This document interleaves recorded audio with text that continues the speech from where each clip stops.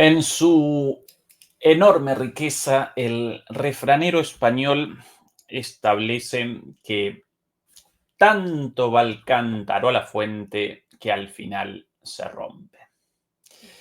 Pues bien, en este caso la fuente no aparece rota, sino que la fuente desapareció tras una explosión hipersónica y desapareció evaporada por los aires. ¿Por qué? Porque finalmente, después de tantas amenazas, tantas provocaciones del presidente ucraniano de mandato caduco, Volodymyr Zelensky, provocaciones y amenazas respecto a eventuales ataques de Ucrania contra Rusia en el marco de las celebraciones del Día de la Victoria, amenazas incluso de atentados terroristas una tras otra y machacar con estas provocaciones hasta que finalmente la fuente aparece hecha añicos, evaporada por el efecto de un misil hipersónico, ya que Putin respondió de forma contundente, de forma taxativa.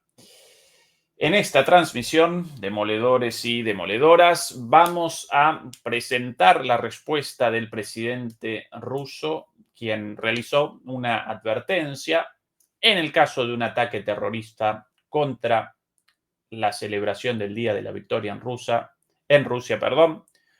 Rusia responderá con ataques de misiles Oryezhnik contra la ciudad de Kiev, nada más y nada menos. Ese es nuestro tema principal en esta transmisión, como así también, naturalmente, presentaremos la noticia de hace apenas unas horas, Habemus Papam, la elección del sucesor del Papa Francisco, finalmente llevada a cabo hoy con un resultado bastante sorprendente y además de esto varias cosas más ligadas a los principales conflictos geopolíticos y geoeconómicos a escala global. Así que todo el mundo, bienvenido. Comenzamos de esta forma la transmisión número 238 de Demoliendo Mitos de la Política en Vivo. Muchas gracias por acompañarnos. Recuerden, por favor, ayudarnos con el pulgar arriba contra la censura. Tanto va el cántaro a la fuente que al final se rompe. Eso establece el célebre refrán español. Bueno, los primeros revoloteos de este pájaro comenzaron 2 semanas atrás, cuando Zelensky, sin ninguna necesidad, ante medios internacionales, pero por sobre todas las cosas frente a medios británicos, ¿de dónde? Si no, realizó una advertencia, Zelensky realizó una provocación. Finales de abril, 2 semanas, no, un poco menos, un poquito más de una semana atrás, semana y media atrás, Zelensky amenaza a Ucrania con atacar el querido desfile del Día de la Victoria del 9 de mayo de Putin, a pesar de que Vlad declaró un alto el fuego de 3 días. El título de The Sun, asqueroso, repulsivo pasquín sensacionalista británico. Según The Sun, recogiendo las palabras de Zelensky, Zelensky realizó la siguiente advertencia, realizó la siguiente provocación. Estamos eligiendo precisamente aquellos puntos delicados en Rusia que más impulsarán a Moscú a la diplomacia. Ahora les preocupa que su desfile esté en duda. Y tienen razón de estar preocupados. Esa es la primera amenaza, el día 30 de abril, ya hace más de una semana. los rusos a través de Peskov respondieron muy moderadamente, desescalando la situación. Y frente a esto, una vez más, acometió el presidente ucraniano de mandato caduco Volodymyr Zelensky días después, ya no solo con una amenaza contra Rusia, contra el presidente Putin, sino contra todos los líderes extranjeros citados, confirmados y, por cierto, ya llegados a Rusia, en particular a Moscú, para participar el día de mañana en el desfile del Día de la Victoria. Aquí la publicación Interfax de Ucrania, traducida del ucraniano por el navegador. Zelensky sobre la seguridad de los extranjeros que viajan a Moscú el 9 de mayo.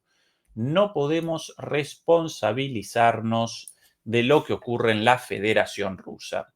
La amenaza, la provocación ya no solo entonces contra los rusos, sino contra todos los líderes del mundo citados y confirmados y ya presentes en Moscú, incluido nada más y nada menos que Xi Jinping, como así también Lula da Silva, el presidente Nicolás Maduro de Venezuela, el presidente de Cuba, los presidentes de múltiples países asiáticos, naturalmente africanos, varios presidentes europeos también, como el presidente de Serbia, el primer ministro de Eslovaquia y así varios otros, todos ellos amenazados por Zelensky. Atención a las palabras de Zelensky textuales de el día 3 de mayo, sencillamente 3 o 4 días después de sus primeras amenazas, hasta el momento solo respondidas, hasta ese entonces respondidas por los rusos de manera muy escueta, muy discreta. Aquí las palabras de Zelensky en ese entonces. Nuestra postura es muy simple hacia todos los países que estuvieron o estarán presentes el 9 de mayo. Para todos. Amenaza a todos, sin distinción. No podemos responsabilizarnos de lo que ocurra en el territorio de la Federación Rusa. Ellos les brindan seguridad, por lo que no les daremos ninguna garantía. Más directa una amenaza que esto en el marco de la diplomacia, imposible. Y una vez más, no solo contra Rusia, sino contra todos, más de 19 jefes de Estado ya citados en Rusia. Porque desconocemos qué hará Rusia en esas fechas, palabras de Zelensky.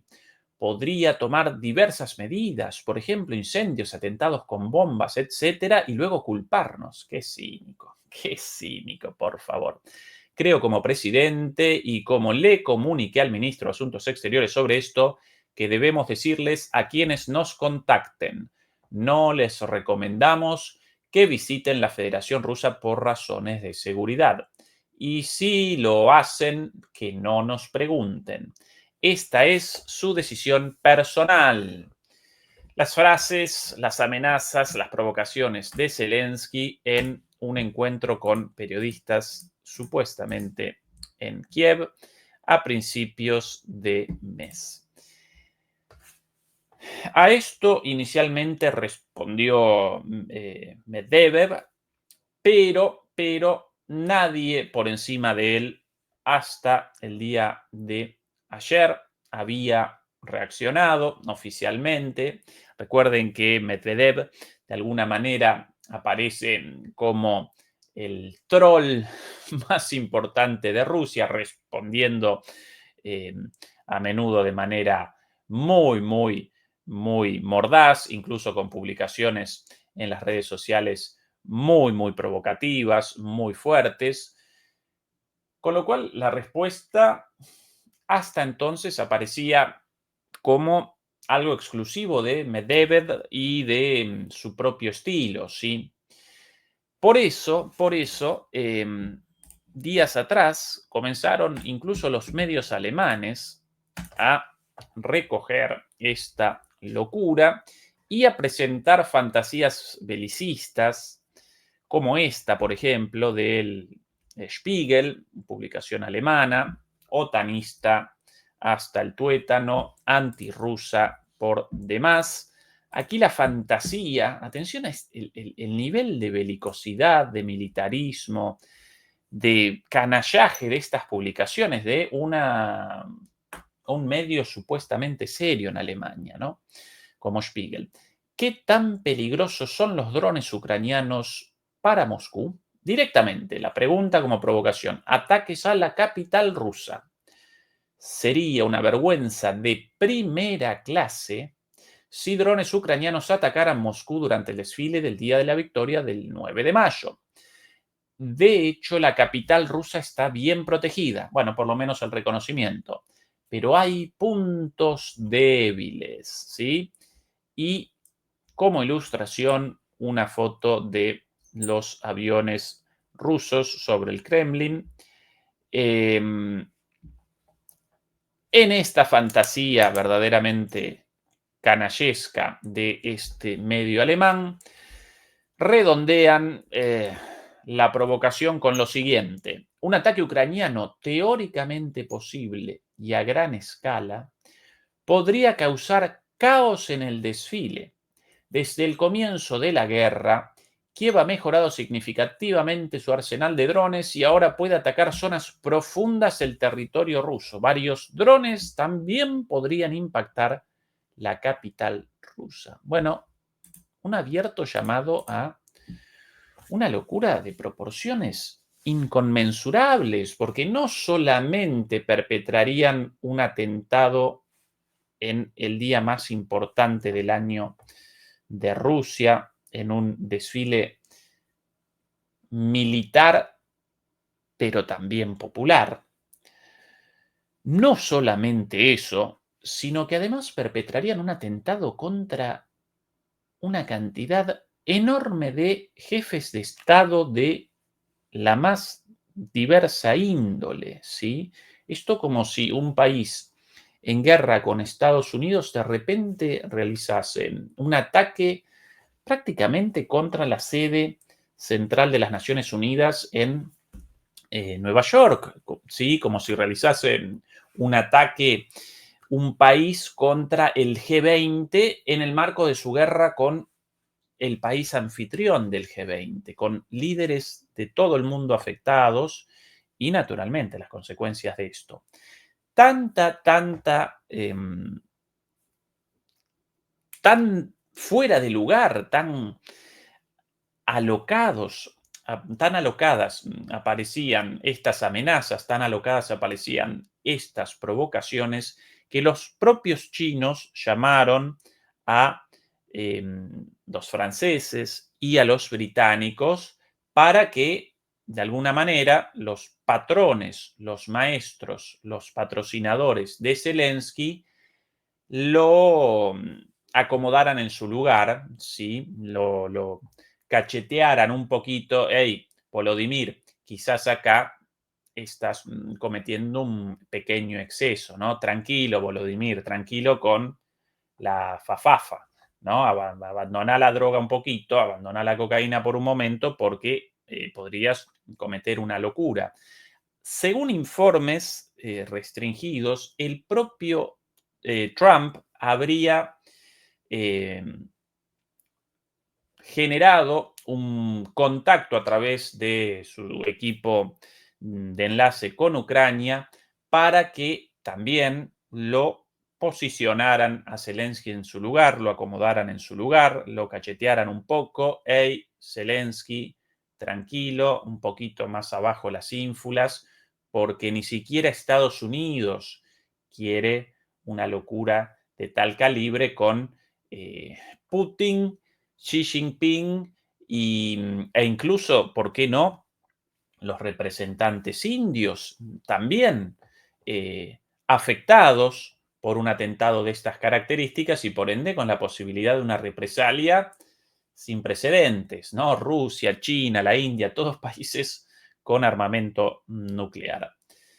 Pero bueno, más allá de alguna declaración posterior de Zelensky rectificando en parte, otra vez acometió el comediante en jefe de Ucrania y comenzó nuevamente con las amenazas, frente a lo cual Y de ahí la cita de el refrán, tanto va el cántaro a la fuente que al final se rompe. Finalmente, Putin respondió y voy a presentar su respuesta acompañada por las imágenes de algunos misiles balísticos intercontinentales, el Topol M, todos estos relativamente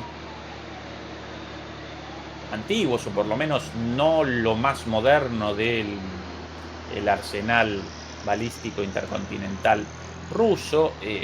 Ningún Oryezhnik a la vista, lógicamente. Los Oryezhnik solamente los presentan en el momento de la acción y aparecen como algo secreto, aparecen como algo verdaderamente de restringido acceso. Las pocas imágenes de los Oryezhnik, bueno, claro, aquel ataque, sencillamente las luces en el cielo y después, claro, animaciones hechas por distintos analistas, pero fotografías, imágenes de este tipo de los Oryezhnik, obviamente ninguna, ¿no? Los rusos en esto están caracterizados por un secretismo lógico propio de esta situación. Aún así, la respuesta de Putin en este caso, más que contundente, ¿sí? Mientras nos acompañan estas imágenes, para mí siempre conmocionantes estos bichejos, estos aparatos. Por cierto, varios de estos van a recorrer la avenida principal del desfile del Día de la Victoria. El otro día ayer presentábamos imágenes de los ensayos y básicamente aparecían estos, no los Topol M, sino los Yaris, estos de aquí, estos los Yaris. También misiles balísticos intercontinentales llevados por una autopista enorme, cortada la autopista, obviamente. Pero bueno, no quiero abandonar el tema. La noticia publicada por Top War, una de las publicaciones militares más importantes de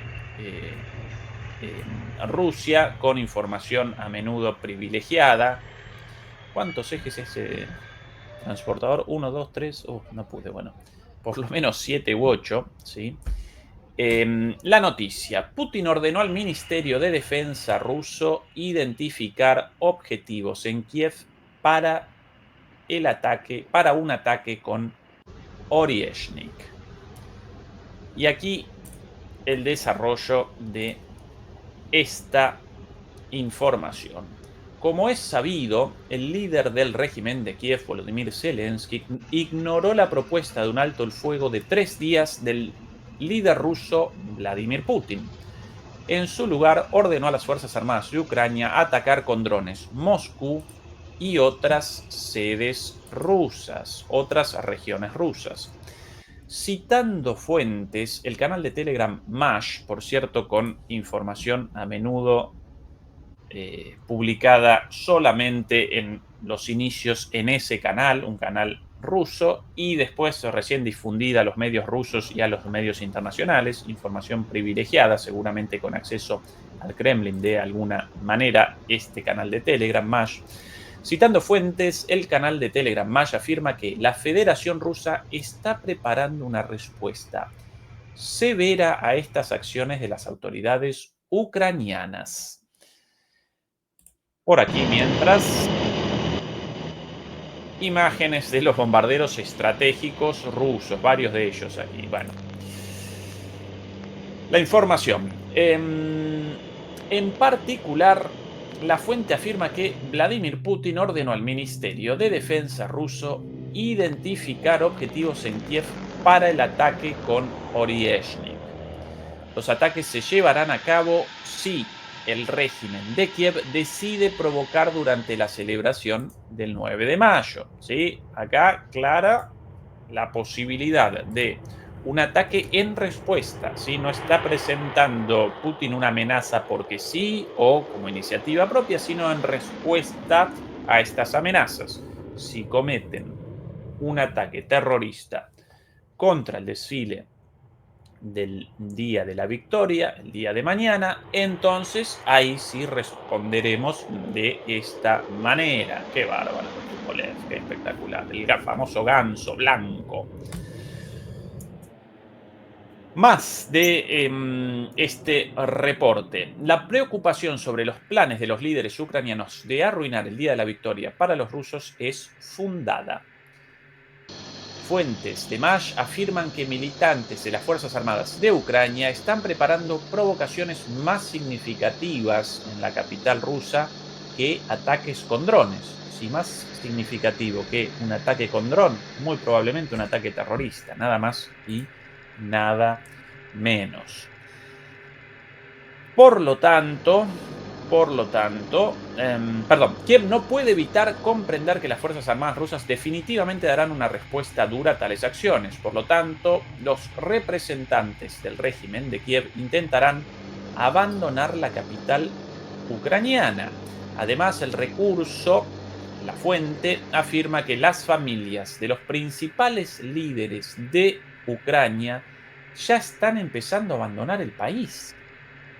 A juzgar por todo esto, en el futuro próximo no hay esperanzas, ni de una paz duradera, ni siquiera de una tregua a corto plazo. Recordemos la tregua unilateral declarada por Putin con motivo del el 80º aniversario de la capitulación nazi, 80 años atrás, 8 de mayo en Alemania de 1945, 9 de mayo en la Unión Soviética de 1945, sencillamente por la diferencia horaria. La capitulación fue convalidada con la firma de los generales alemanes poco antes de la medianoche en Alemania, por ende ya al día siguiente en Rusia. De ahí la diferencia en cuanto al día, en el recuerdo, en la conmemoración de este hecho. En concreto, aparentemente, si fueran a perpetrar atentados de este tipo, los ucranianos, por lo menos los líderes ucranianos, abandonarían inmediatamente Kiev, o ya la habrían abandonado antes, ellos y sus familias, frente a la posibilidad de una respuesta fulminante de Rusia. Los ataques con drones en regiones rusas, según Military War, este portal de información militar, los ataques con drones en regiones rusas realizados por el ejército ucraniano, entre otras cosas, provocaron interrupciones en el trabajo de la aviación civil de la Federación Rusa. Algunos aeropuertos del país se vieron obligados a suspender sus operaciones. En más de una oportunidad en el futuro, estos ataques fueron perpetrados contra aeropuertos civiles, no aeropuertos militares, sino que fueron perpetrados contra aeropuertos civiles. Este el grado de locura, pero este también el grado de desesperación, nada más y nada menos, de el presidente ucraniano de mandato caduco, Volodymyr Zelensky, quien en su situación verdaderamente insostenible, desesperante, terrorífica, bueno, aventura locuras como esta, ¿no? Despacha barbaridades como esta, sin ton ni son. Vamos a perpetrar un ataque contra el desfile del Día de la Victoria, y no solo eso, sino que vamos a cometer ataques contra este desfile, incluso en presencia, afectando a los líderes internacionales, los líderes extranjeros presentes allí en el palco oficial. ¿Qué tal? ¿Eh? Cuando lo remachamos aquí en numerosas oportunidades, cuando Occidente, y en particular cuando Estados Unidos, genera un monstruo, llámenlo talibanes, llámenlo Al-Qaeda, llámenlo Estado Islámico, llámenlo como lo quieran llamar, cuando generan, HTS en el caso de Siria, generan un monstruo en la lógica de el enemigo de mi enemigo es mi amigo, ¿sí? Para acometer a un enemigo estratégico, generan un monstruo, ¿sí?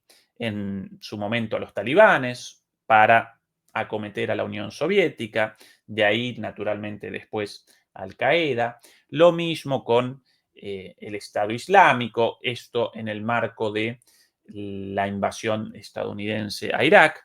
Aquí generaron al monstruito drogadicto y comediante, cocainómano y comediante, Zelensky, junto a todo su grupo, a quienes acompañan esta locura, bueno, a los ultranacionalistas ucranianos con el batallón de Azov, etcétera, etcétera. La recordarán a Victoria Nuland regalando galletitas en el marco del golpe de Estado contra el presidente ucraniano Yanukovych.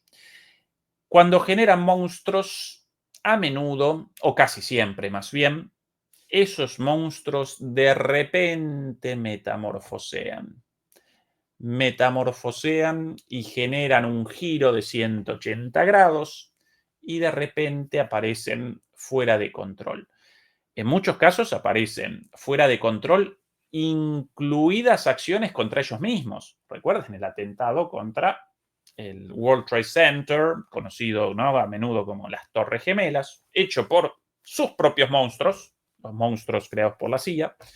Bueno, acá el comediante en jefe completamente desbocado, amenazando a Xi Jinping ya directamente. Y los propios estadounidenses, oh my God, ¿no? En inglés.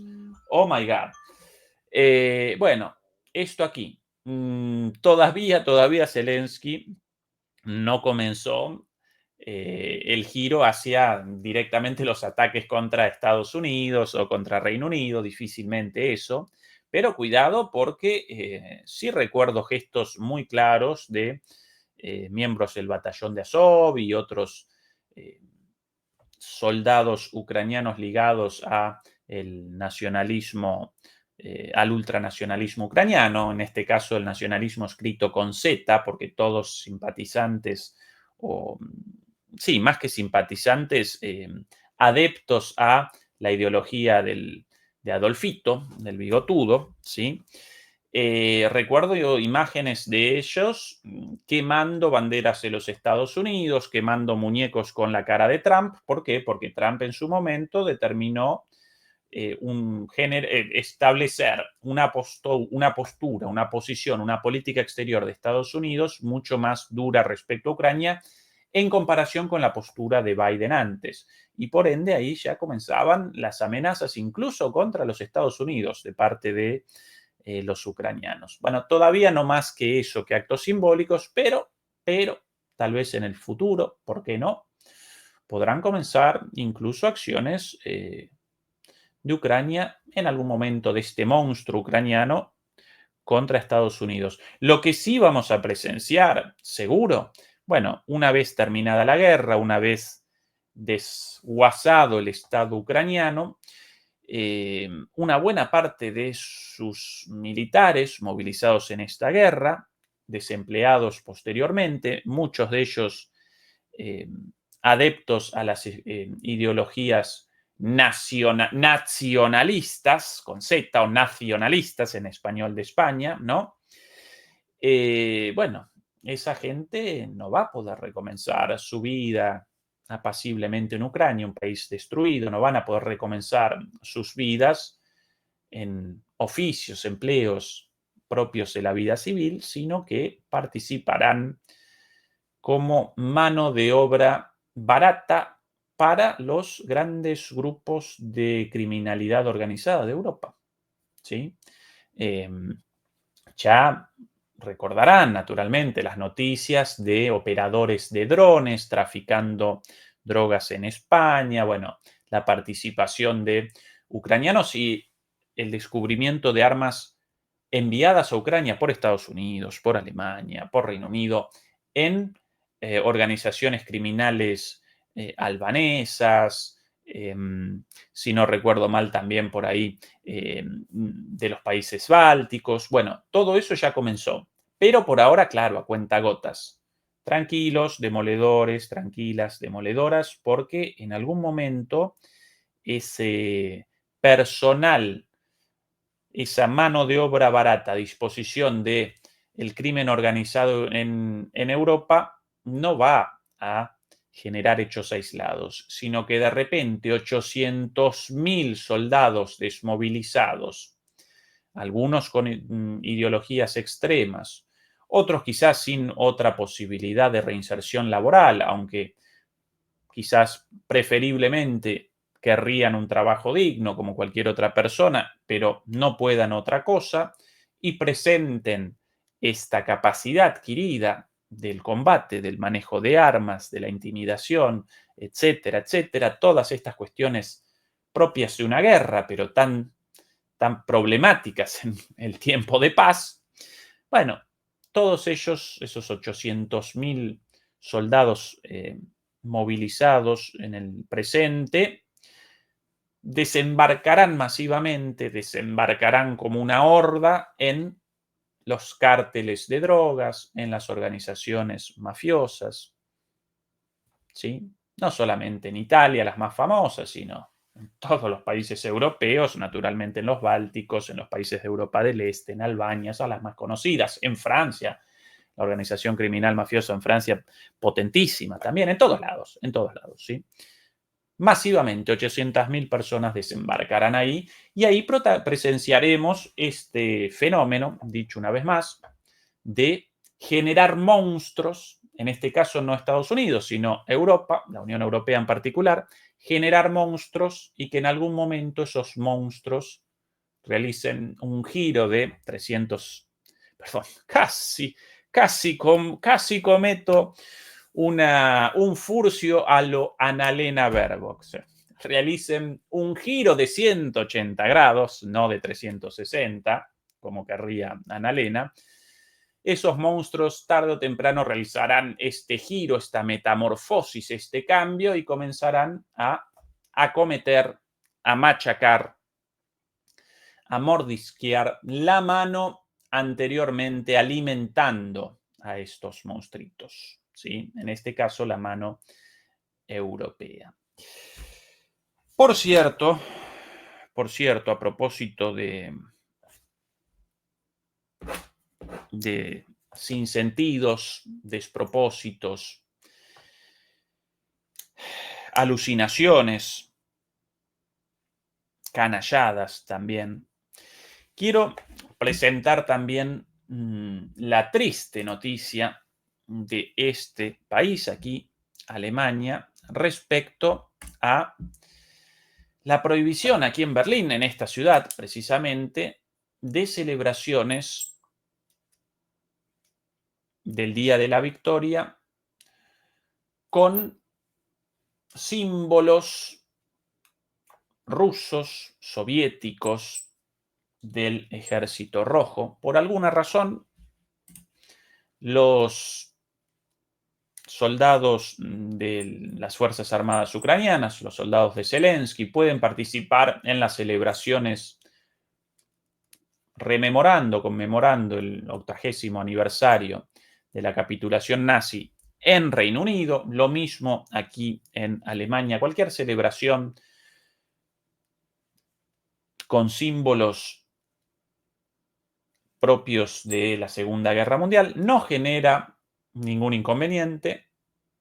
Si alguien fuera a participar en estas celebraciones con la bandera de los nacionalistas ucranianos, la roja y negra de los banderitas, posiblemente nadie reaccionaría, por lo menos las autoridades policiales no reaccionarían frente a la bandera de los grupos nacionalistas ucranianos de aquel entonces, fundadores posteriormente de las SS en Galicia, ¿sí? Las cuales perpetraron masacres con decenas de miles de muertos, polacos, judíos, cristianos, ¿sí? En Galicia varias masacres perpetraron por ahí. Bueno, si alguien acá rememora la derrota del nazismo con las banderas de los nacionalistas ucranianos, fundadores de las SS Galicia y perpetradores de crímenes de lesa humanidad, de masacres contra polacos de distintas religiones, nadie reaccionaría, pero según la policía alemana, en una orden del día de ayer, la policía berlinesa, perdón, no alemana, está la policía del Bundesland Berlín, de la provincia de Berlín, la policía estableció el día de ayer lo siguiente. Atención, este es el reporte oficial. La policía de Berlín ha prohibido a los ciudadanos cantar la canción Guerra Santa del 8 al 9 de mayo inclusive. Si realmente quieren, sin embargo, pueden cantarla, pero solo después de las 22 horas. Bueno, además la estupidez burocrática de los alemanes. También está prohibido, informe oficial, llevar uniformes militares y partes de uniformes militares, llevar insignias y símbolos militares, o la exhibición separada o resaltada de las letras B corta o V, según las llamen en sus países, o Z, esto en relación con las Fuerzas Armadas rusas. Prohibida también la exhibición de las cintas de San Jorge. Prohibida la exhibición de estandartes o banderas relacionadas con Rusia, escudos de armas de la Unión de las Repúblicas Socialistas Soviéticas, ¿sí? La URSS, como así también, y finalmente, exhibición de símbolos y signos que puedan glorificar la guerra ruso-ucraniana, por ejemplo, exhibición de la bandera de la Unión de Repúblicas Socialistas Soviéticas, la guerra de Rusia, todavía con la cabeza, estos idiotas, con la cabeza de que la Rusia actual, lo mismo que la Unión Soviética, aquí tarados, por favor. Prohibida también la exhibición de un mapa de Ucrania sin Donbass, regiones de Luhansk, Donetsk, Kherson, Zaporizhia y Crimea. Y por último, así de patético esto, tocar y cantar marchas o canciones militares rusas, en particular todas las versiones de la canción Guerra Sagrada. Bueno, así la libertad de expresión en Alemania. Si uno con la bandera de la Unión Soviética, por cierto, la bandera plantada en el Reichstag cuando el Ejército Rojo finalmente conquistó Berlín el 1 de mayo de 1945, unos días antes de la capitulación final de la Alemania nazi, pero el movimiento ofensivo más importante fue capitaneado por la Unión Soviética, por el Ejército Rojo, un ejército de trabajadores y de campesinos, ¿sí? Esto independientemente de la posición ideológica de cada quien frente a la Unión Soviética, un ejército de trabajadores y de campesinos determinó la derrota del nazismo. Gracias a ellos no aparecemos acá hoy con el bigotito y levantando la mano. Por ellos no aparecemos en esa situación. Realizaron la conquista de Berlín el 1 de mayo.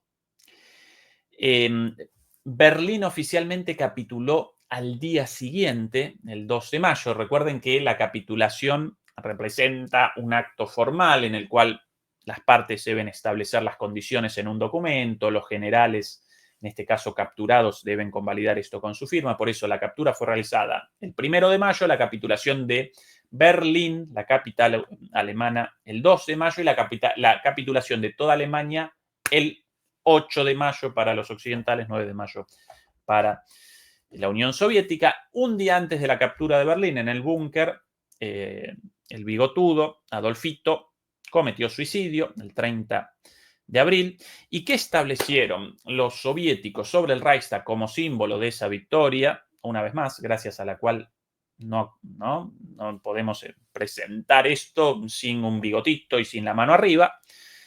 ¿Qué establecieron sobre el Reichstag? La bandera de la Unión Soviética. En realidad, primero habían establecido el pabellón de la victoria, o la bandera de la victoria, esa bandera, sí, con el escudito de la Unión Soviética, roja, pero muy chiquitito el escudito. En realidad, lo más importante, perdón, el escudito, la hoz y el martillo.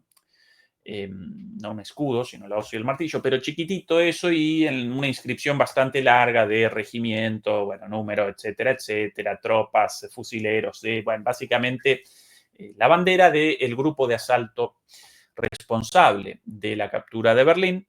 Cualquiera de esas banderas aparece prohibida. ¿Sí? Cualquiera de esas banderas aparece prohibida aquí en Berlín. Bueno, esta es la situación. Y como estos señores pueden acometer esta reescritura de la historia sin el más mínimo problema, bueno, entonces otros exactamente igual. Y aquí, por ejemplo, las palabras al respecto de Donald Trump del día de ayer sobre los ganadores de la Segunda Guerra Mundial. Atención a este esperpento. And it's, I really believe it's a shame. You know, I was watching for the last week and I noticed France, I noticed. Es una pena que no festejemos. Estuve mirando la semana pasada cómo los franceses Other countries all getting ready for Victory Day.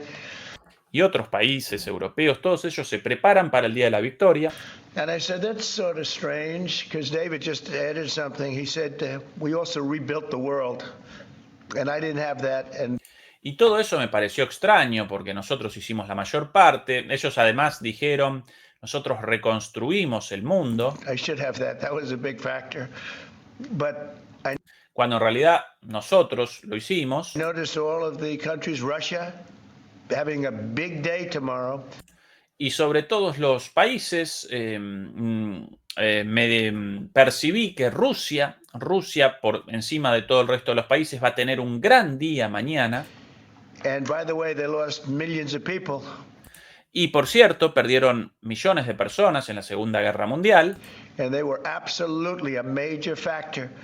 Y fueron absolutamente un factor fundamental. But there was no major factor like us. We won the... Pero no hubo un factor tan fundamental como nosotros. Casi rectificaba la burrada dicha tiempo atrás. Ganamos nosotros la guerra mundial. Bueno, recuerden, el 80% del esfuerzo militar llevado a cabo por la Unión Soviética, los aliados, el 20% restante. Como información, información objetiva, cifras de bajas, más allá de los 27 millones de ciudadanos soviéticos muertos como producto de la Segunda Guerra Mundial, la operación militar más espectacular de las Fuerzas Armadas estadounidenses en la Segunda Guerra Mundial, repetida, reversionada hasta el hartazgo por Hollywood, la más importante de todas ellas, la más reversionada, el famoso desembarco en Normandía, el día D. Bueno, contabilizó como víctimas fatales de los Estados Unidos, incluido todo el mes de operaciones, no solamente el día exitoso del desembarco, sino todo el mes de operaciones con bajas a lo largo de ese tiempo. Bueno, contabilizó alrededor de 15.000 víctimas fatales, 14.000 víctimas fatales. Sí, mucho, claro. Muchas vidas humanas perdidas. Ahora esto, comparado con la batalla de Kursk, por ejemplo, dentro de la Unión Soviética. Bueno, Kursk, ¿no? Justo como ahora con Kursk, con la aventura de Zelensky, de la captura del intento de captura de Kursk y, bueno, la contraofensiva rusa ya definitivamente exitosa, reconquistó todos esos territorios, ni cerca de la ciudad de Kursk, obviamente, pero en el Oblast de Kursk, en la provincia de Kursk, habían generado un entrante, conquistaron territorios estratégicamente insignificantes, pero sí simbólicamente importantes, más aún considerado esto, la pertenencia de estos territorios a Rusia, en la historia de esto. Pero bueno, en la batalla de Kursk, en la Segunda Guerra Mundial, una de las más importantes, Stalingrado y Kursk. Estas dos batallas determinan el cambio de la tendencia. Hasta Stalingrado y hasta Kursk, los alemanes iban a conquistar. La Unión Soviética, Europa, parecían los alemanes, los nazis, ¿sí? No solamente alemanes, aparecían encaminados a la victoria, aparecían como claros ganadores hasta estas batallas fenomenales, trágicas, terribles. Pero bueno, la de Kursk, ¿Cuántas bajas soviéticas entre muertos, enfermedad? Bueno, enfermedad por el frío, ¿no? Unas batallas en el terrible invierno ruso, en condiciones paupérrimas, durante semanas. ¿Cuántos muertos en la Unión Soviética? 1.700.000.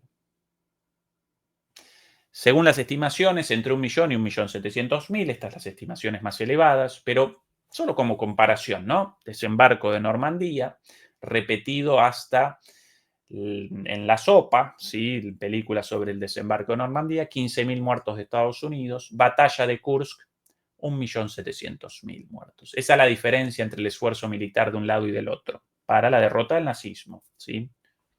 Un regalo a la humanidad, no solamente a Europa, no solamente a la Unión Soviética, no solamente a los países del norte global, a la humanidad. Gracias a ellos abandonamos el peligro del nazismo. Esa es la diferencia, ¿sí? 15.000 contra una batalla, recordé Kursk, nada más. Stalingrado, otro tanto, y bueno, cuántas más batallas dentro de la Unión Soviética.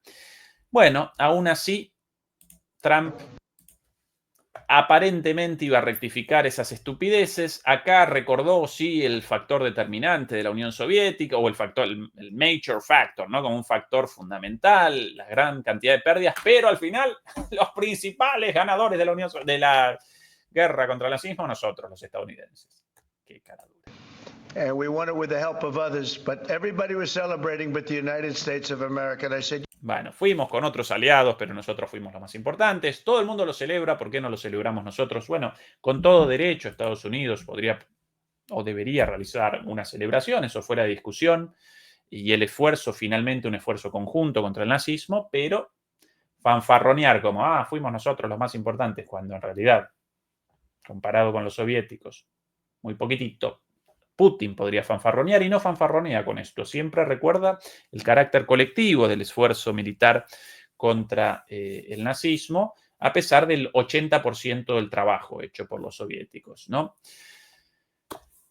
Partes de la reescritura de la historia, la prohibición en Alemania a las celebraciones con simbología soviética o rusa, estas declaraciones de Putin, pero como uno cuando comienza el recambio, la resignificación, la reescritura de la historia, uno puede cualquier cosa, ¿sí? Generar sobre cualquier hecho, incluso sobre cualquier nombre, generar versiones según lo que uno quiera.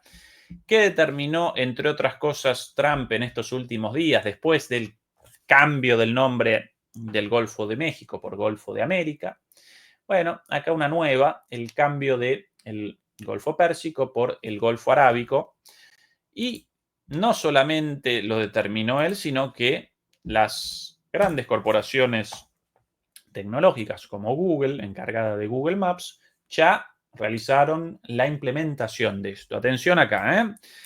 Península Arábiga, Arabia Saudita de un lado, Irán aquí. Esta es una disputa desde hace mucho tiempo por el nombre de este golfo, pero para todo el mundo desde hace mucho tiempo y para la ONU también, el Golfo Pérsico, pero ahora debajo del Golfo Pérsico desde el día de ayer, atención a la palabrita ahí, Golfo Arábico.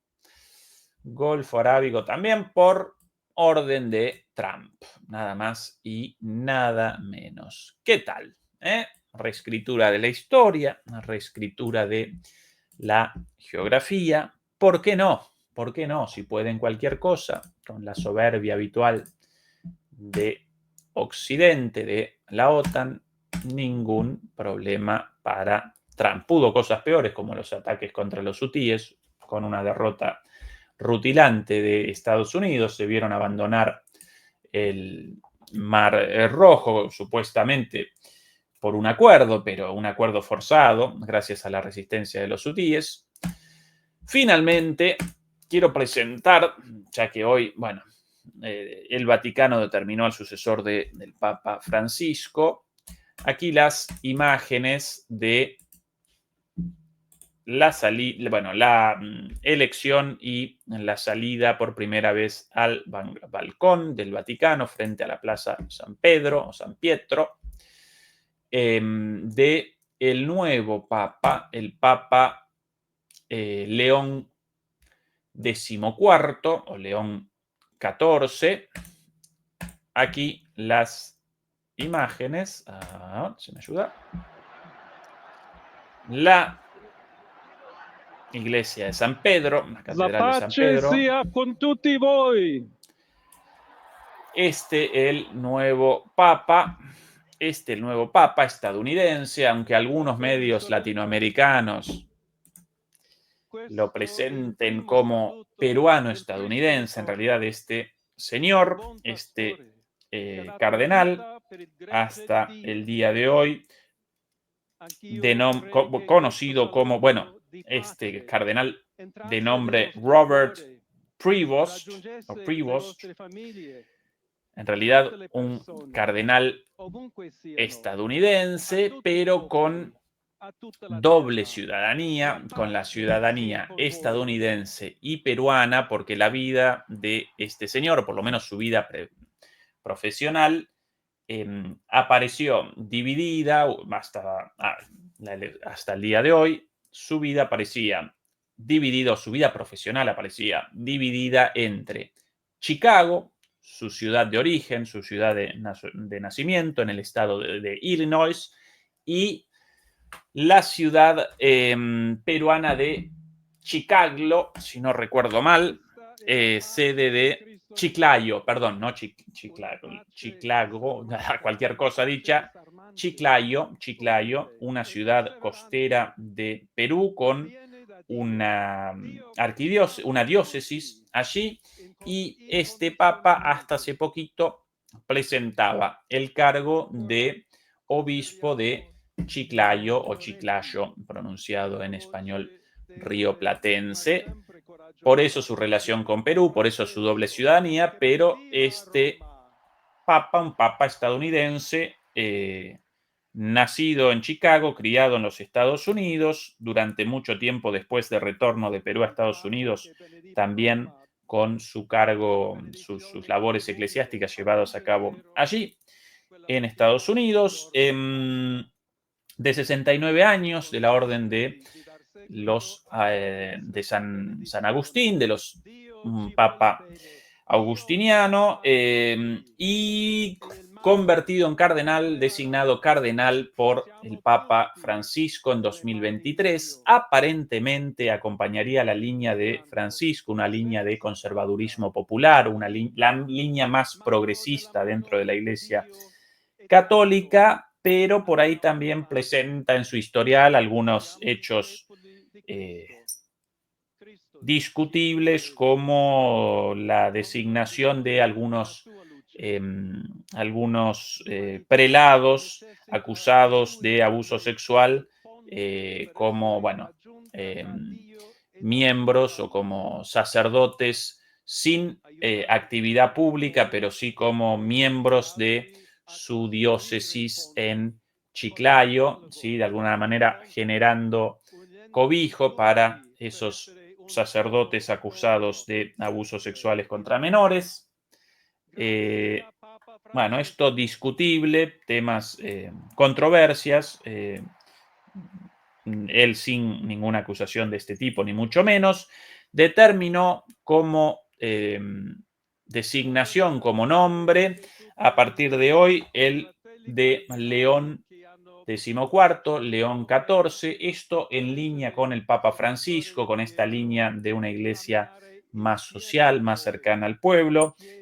¿Por qué este nombre connota ese acercamiento, esa línea? Bueno, porque el Papa León XIII, León XIII, el último Papa León, a finales del siglo XIX, generó la encíclica Rerum Novarum en su momento, considerada hoy como la primera encíclica social de la Iglesia Católica, ligada o crítica de las condiciones de los trabajadores en aquel entonces, finales del siglo XIX, contexto revolucionario, el surgimiento de los movimientos socialistas, posteriormente comunistas, anarquistas naturalmente también, y esta la primera encíclica de la Iglesia Católica con un contenido social, expresando su preocupación por la situación de la clase trabajadora, de la situación de los trabajadores, de los obreros, de los campesinos, etcétera, etcétera. Por ende, que haya determinado este nombre en línea con León XIII, naturalmente connota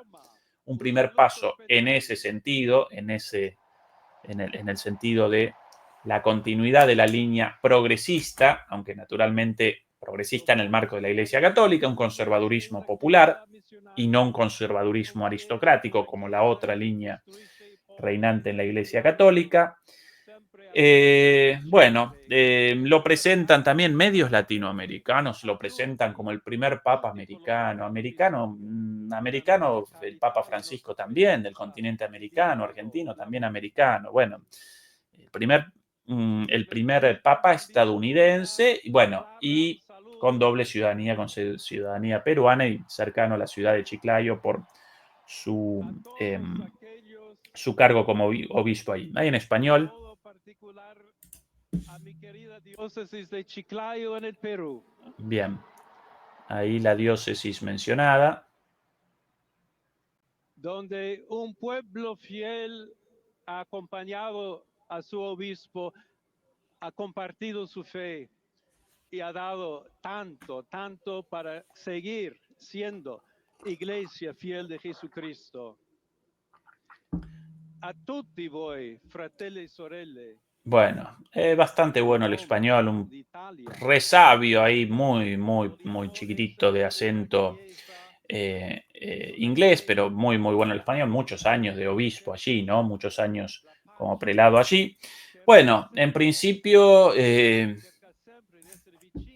beneficio de la duda a este señor y a la espera de buenas noticias y de pasos de la Iglesia Católica en dirección hacia una iglesia preocupada por los de abajo, en línea, e incluso nos congratularía mayor profundidad de aún en esta línea, en línea con, en concordancia con el papado de Francisco, el papado de Ernesto Bergoglio, conocido como el Papa Francisco.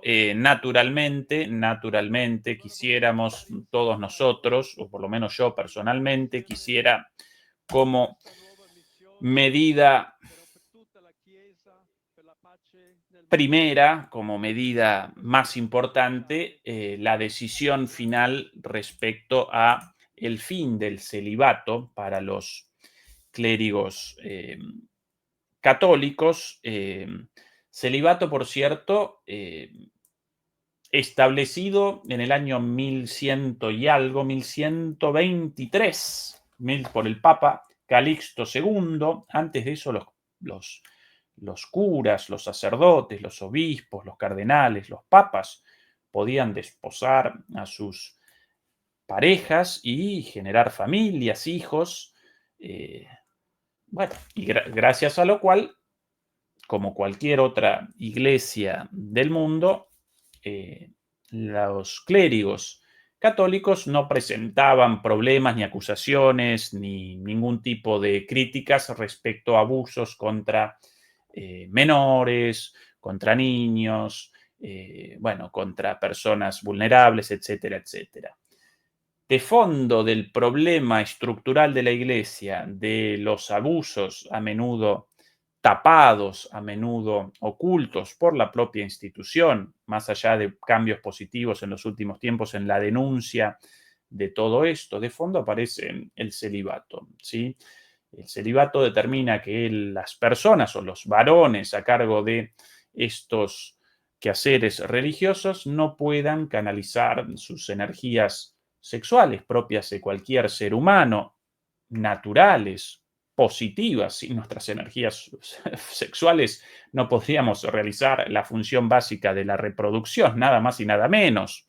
Bueno, el celibato establece la prohibición del casamiento y de las actividades sexuales, y como los seres humanos, en este caso los varones, no pueden realizar una represión de algo tan propio, tan natural como el impulso sexual tendiente a la reproducción de la especie, nada negativo en absoluto, por el contrario, entonces cometen estos abusos como forma de, bueno, de perversión de algo inicialmente bueno, como el impulso sexual de los seres humanos hacia la reproducción. Las otras grandes iglesias sin celibato no presentan problemas masivos, quizás algún caso aislado, pero no presentan problemas masivos de abuso de menores, de abusos sexuales, de pedofilia, etcétera, etcétera. ¿Por qué? Porque los curas, los sacerdotes, por cierto, los sacerdotes de las otras iglesias cristianas también, los evangélicos, ¿sí? Incluso los ortodoxos de las dos iglesias ortodoxas, la iglesia ortodoxa convencional, la iglesia ortodoxa y la iglesia ortodoxa oriental, ¿sí? La de Rusia y muchos otros países del este de Europa, la iglesia ortodoxa oriental de, bueno, de Sudán, de Etiopía, etcétera, etcétera. Los curas, los sacerdotes pueden estar casados sin ningún problema y como consecuencia esas energías puestas sanamente en sus relaciones románticas, amorosas, afectivas, con sus parejas, con sus esposas, con sus familias y por ende no cometen abusos. Lo lógico. Lo mismo en las iglesias islámicas, musulmanas, judías, etcétera, etcétera. Los prelados, los sacerdotes casados con sus familias, ningún problema de abuso, más allá de algunos casos excepcionales o algunas cosas específicas de cada iglesia, pero no como un fenómeno masivo. Así que si no rezo, nuestro deseo, el fin de el celibato de la iglesia católica apostólica romana, solo propio, por lo menos en este celibato estricto solo de la iglesia católica, otra vez, ni la iglesia ortodoxa ni la iglesia oriental con este celibato estricto, tampoco las otras grandes religiones. Así que ese nuestro pedido, por lo menos de mi parte, seguramente muchos de ustedes podrán no participar de mi opinión. Yo querría a los curas casados, con sus esposas, con sus familias, con sus hijos y entonces sin esa predisposición hacia una perversión de un instinto natural como la reproducción humana.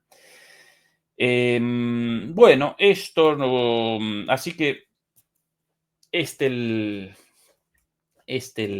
pedido y el beneficio de la duda y la esperanza de un cura más o menos bueno, ojalá en la línea de Francisco. Dicho esto, demoledores y demoledoras, vamos a recordar que en un ratito nada más comienza la transmisión en nuestro canal hermano del programa de Adrián Celaya. Mañana nosotros nuevamente por aquí junto a Juan Antonio Aguilar mañana y Fernando Moragón posteriormente en su propio programa. Hasta entonces, nuestro saludo. Muchas gracias, demoledores y demoledoras. Por favor, acompáñennos con el like si no recordaron eso hasta ahora. Un saludo también, como siempre, a nuestra moderadora, querida Beatriz Pulido. Un beso y un abrazo para todos. Hasta mañana. Chao.